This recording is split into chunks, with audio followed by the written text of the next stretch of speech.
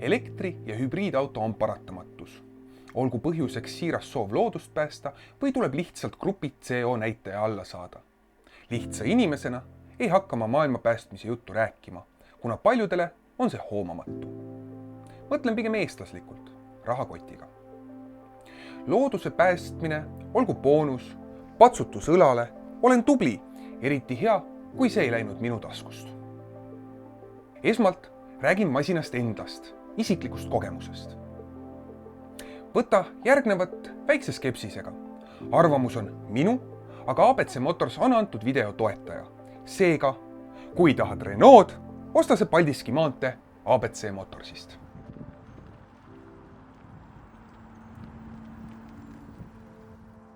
Uus Renault Captur on üks Euroopa populaarsemaid linnamaastureid, omas klassis muidugi. Konkreetne aparaat on teine generatsioon ja pistiku hübriid e-tech varustusastmes. Kodustes oludes on laetav ja sooja ilmaga võiks saavutada 65 kilomeetrit ühe akutäiega. Väikesed gabariidid on suureks abiks täispargitud lasteaia kõrval manööverdamisel või kitsas poeparklas. Tagumistele istmetele mahuvad lapsed mõnusalt. Ka turvaistme jaoks on ruumi piisavalt. Täiskasvanu jaoks muidugi põlvedega esiistme hõõrumine väsitab pikapeale ära. Kuid meeles tasub pidada, et antud auto on siiski pigem väike auto ehk kõrge Clio. Pagasiruum on asjalik ja mahutab nii koera kui poekotid. Suure vankri lisamisel jääb ruumiga veidi kitsaks. Hübriidi pakiruum on pea sama suur kui Volkswagen Golfil ja seda saab suurendada umbes 100 liitri võrra, liigutades tagaistmeid ettepoole. Minu proovisõit oli 431 kilomeetrit, mis umbes pooleks linn ja maantee.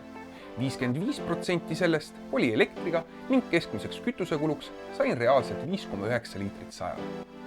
Arvesse võtame muidugi asjaolu, et ilm oli detsembris päris krõbe ning mootor sisse töötamata. Näiteks Subarutel kuuldavasti kukub tarbimine isegi 2-3 liitrit peale korralikku sissesõitu. Capturil oletan, et 100 kilomeetri kulu võiks kukkuda liitri või natukene peale. Esmamuljena linna ja lähiümbruses sõitudeks on see auto väga bueno. Kütust võiks muidugi vähem võtta, kui särts akust otsa saab. Käik Eesti keskele andis võimaluse proovida maanteed. Trassil käitub auto hästi, hoiab kenasti maa külge ning väsitavat rehvimüra kuulda ei ole. Isiklikult vajan midagi suuremat ja võimsamat, sest otsad pikad ja kola transportida palju. Üksi või kaksi tühja autoga Kohila Tallinna vahet sõitva inimese jaoks on aga Captur suurepärane. Lisaks NCAP 5 tärni turvalisus ja garantii 5 aastat või 100 000 kilomeetrit. Interiör on Renault julge, teistsugune, seda oleme ennegi öelnud. Juhtmevaba laadimine ning käigukangi alune on väga praktiliselt ära kasutatud. Lisaks Android auto ja muu harjumuspärane tilulilu. Üldse tundub koostöö kvaliteet igati viisakas. 5 palli süsteemis tugev 4. Oleme näinud märksa kehvemat kvaliteeti palju kallimatel autodel. Renault Captur on igati tore auto, aga esitan olulise küsimuse. Kas ja millal on hübriid mõistlik valik? Päris elektriauto see ei ole ning bensukast on ta oluliselt kallim. Võtsin Paldiski maantee ABC Motorsilt 2 hinnapakkumist. Üks hübriid ja teine sarnase varustusega bensukas. Hinnavahe ligi 6000 eurot.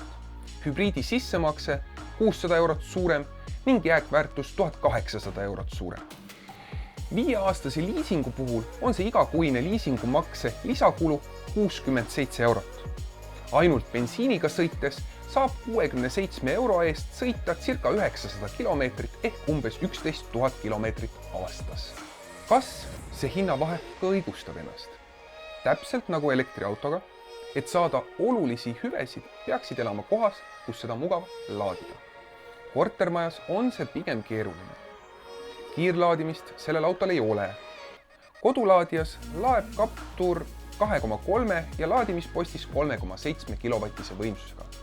Vahe ei ole just väga suur, mis tähendab mõlemal juhul, et tühja akuga laed sa seda circa 4 tundi. ABC Motorsi esindaja kinnitas, et soojade ilmadega suudab Captur sõita vähemalt 50+ kilomeetrit. Minu test külma ilmaga näitas, et talvel on see nibin-nabin pool lubatust. natukene rohkem saad sõita, kui soojendada auto juhtme otsas elektriga, mitte sõites bensiiniga.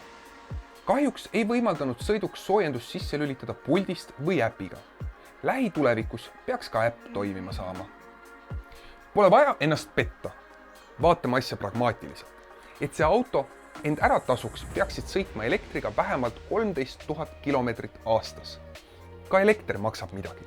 Sõites iga päev tööle ja tagasi, keskmiselt 20 päeva kuus, tähendab see umbes 54 kilomeetrit päevas.